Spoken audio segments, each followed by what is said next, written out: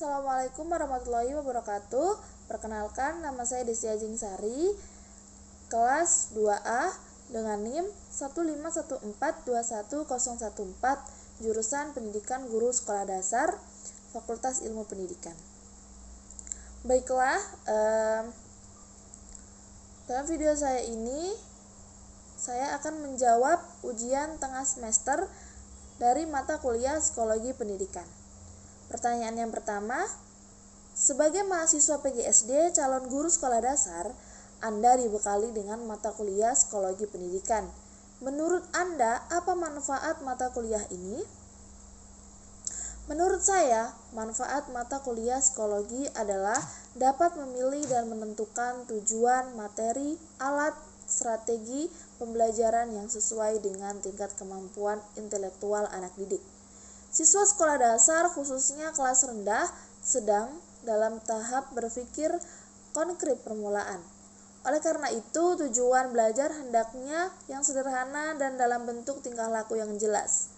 Demikian pula materi belajar hendaknya terkait dengan pengalaman anak yang ada di sekitarnya. Contoh, anak dalam belajar membaca, maka materi belajar hendaknya terdiri dari kata-kata yang pernah dialami anak melalui pengalaman lingkungan. Kemudian pertanyaan yang kedua, menurut Anda bagaimana implikasi dari teori-teori belajar dalam proses pembelajaran di sekolah? Yang pertama, implikasi teori behaviorisme dalam pembelajaran. A. Pembelajaran adalah upaya alih pengetahuan dari guru kepada siswa. Yang kedua, tujuan pembelajaran lebih ditekankan pada bagaimana menambah pengetahuan. 3. Strategi pembelajaran lebih ditekankan pada perolehan keterampilan yang terisolasi dengan akumulasi fakta yang berbasis pada logika linear. 4. Pembelajaran mengikuti aturan kurikulum secara ketat dan lebih ditekankan pada keterampilan mengungkapkan kembali apa yang dipelajari. 5. Kegagalan dalam belajar atau ketidakmampuan dalam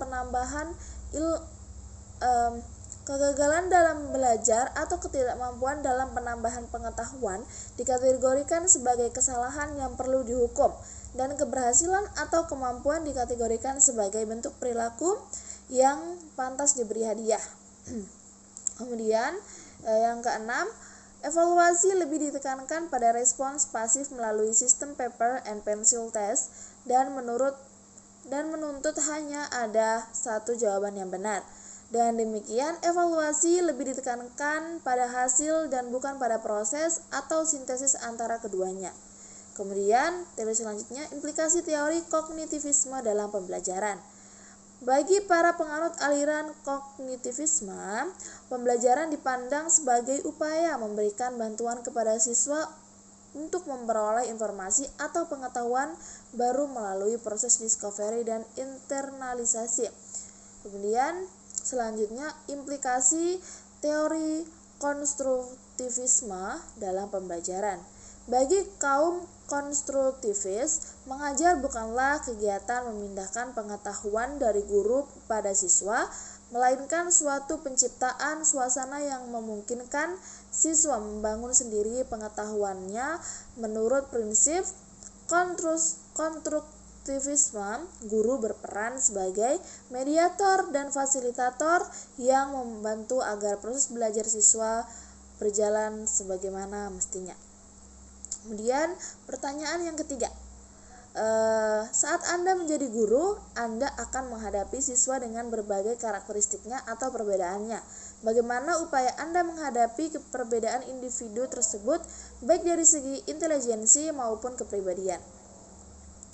Upaya menghadapi siswa dengan perbedaan individu baik dari segi intelijensi maupun kepribadian adalah yang pertama, menjadi teladan untuk perilaku anak didik. Sebaik-baiknya pelajaran adalah dengan menjadi teladan. Guru harus menjadi sosok yang ditiru oleh peserta didiknya. Siswa akan lebih mudah menyerap pengetahuan dan menerapkannya pada kehidupan sehari-hari dalam bentuk contoh. Begitu juga dengan karakter yang baik. Kemudian yang kedua, senantiasa mengevaluasi diri. Sebelum mengenali karakteristik peserta didik, ada baiknya seorang guru mengenali dan mengevaluasi dirinya sendiri terlebih dahulu. Guru harus terlebih dahulu mengevaluasi dirinya sendiri. Jangan-jangan ada yang salah dalam cara mengajarnya, yang membuat siswa bosan dan tidak fokus untuk belajar di dalam kelas. Kemudian yang ketiga, memahami lingkungan sekitar anak. Ada dua hal yang membentuk karakteristik seorang anak, yaitu lingkungan sekitar dan pengalaman yang ia alami sebelumnya. Lingkungan sekitar anak sangat berpengaruh terhadap karakter yang dimilikinya. Yang keempat, lakukan pendekatan psikologis. Banyak metode yang dapat digunakan untuk melakukan sebuah pendekatan psikologis pada siswa. Hal ini bisa ditekankan dengan mewawancarai, bertanya tentang hal-hal yang penting dan dekat dengan anak, atau berdiskusi dengan hal-hal yang menarik bagi anak. Kemudian selanjutnya, perlakukan siswa dengan adil. Satu kelas bisa berisi banyak anak dengan latar belakang yang berbeda-beda pula. Cobalah untuk memperlakukan mereka dengan adil tanpa membeda-bedakan suku, ras, agama, dan golongan. Jangan pernah berikan perlakuan yang berbeda satu sama lain, kecuali dalam hal-hal khusus yang memang merupakan kebutuhannya. Kemudian selanjutnya, jadilah sahabat. Terkadang guru hanya menilai karakteristik peserta didik hanya dari tampilan luar atau dari pengenalan sesaat saja. Oleh karena itu, diperlukan inisiatif dari guru itu sendiri untuk lebih dekat dan menjadi sahabat dari sang murid, supaya lebih mengenali karakter dan perilaku dari siswanya.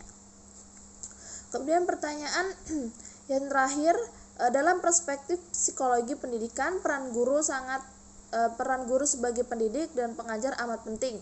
Jelaskan peran tersebut dan berikan analisisnya.